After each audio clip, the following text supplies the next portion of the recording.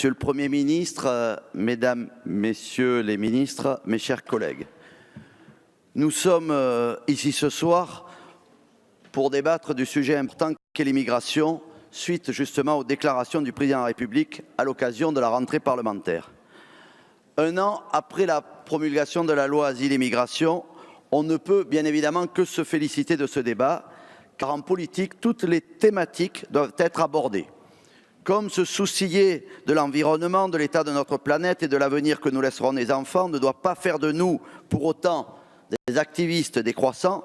Ce n'est pas parce que nous débattons ici de l'immigration que nous voulons réaffirmer les principes et leur fermeté et l'importance de l'intégration dans notre société que cela doit faire de nous des réactionnaires nationalistes. L'inscription de ce débat à l'ordre du jour de notre Assemblée est donc une chose qui doit être félicitée sans avoir à se demander si elle résulte d'un calcul politicien ou d'un soudain éclair de lucidité de la part de notre Président de la République. Pour autant, mes chers collègues, que garderons-nous de ce débat? S'il ne s'agit que de réunir des parlementaires dans l'hémicycle pour faire des discours à quoi cela va servir? Cela n'aura pas d'intérêt. En effet, les débats de ce soir doivent être suivis d'actions concrètes, sinon ils ne resteront que des paroles creuses. Or, mes chers collègues, quel bilan peut-on déjà tirer à mi-mandat de cette législature? La loi Asile et Immigration a été promulguée voilà un an. Elle a été l'occasion de vifs débats dans ce même hémicycle, mais alors, quelles actions cette loi a-t-elle permises?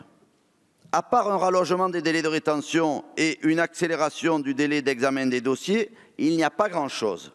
Le taux de reconduite à la frontière des étrangers en situation irrégulière est toujours anormalement bas et notre pays crée malheureusement toujours un appel d'air aux clandestins et aux réseaux de passeurs qui profitent de la misère des gens. La valeur de l'accueil que nous offrons dépend de la rigueur des conditions que nous y posons et de l'efficacité des reconduites à la frontière quand ces conditions ne sont pas respectées. Notre système de sécurité sociale est l'un des plus enviés au monde et l'aide médicale d'État est un mécanisme indispensable à notre pays. Pourtant, il faut regarder les choses en face et reconnaître que l'AME fait l'objet d'abus inacceptables. Sans pour autant la supprimer, il faut mettre fin aux abus et pour cela, nous devons revoir son mécanisme en profondeur. Le délégué général du parti majoritaire a dit que la question d'immigration n'est ni de gauche ni de droite. Je voudrais lui dire ce soir qu'il a bien raison. Ce n'est pas une question de droite, ce n'est pas une question de gauche, c'est une question de courage. Pour l'instant, mes chers collègues, le bilan de la loi Asile et Immigration ne joue pas en votre faveur. Sinon, nous ne serions pas là à en débattre. Au moment de l'examen de cette loi, vous aviez toutes les occasions en main pour prendre les mesures nécessaires pour mener une politique vraiment efficace. En effet, je pense qu'à vouloir mener une politique permanente du « en même temps », nous finirons malheureusement par tomber dans le nini. Notre politique migratoire ne permet ni un accueil digne, ni une intégration efficace dans notre société.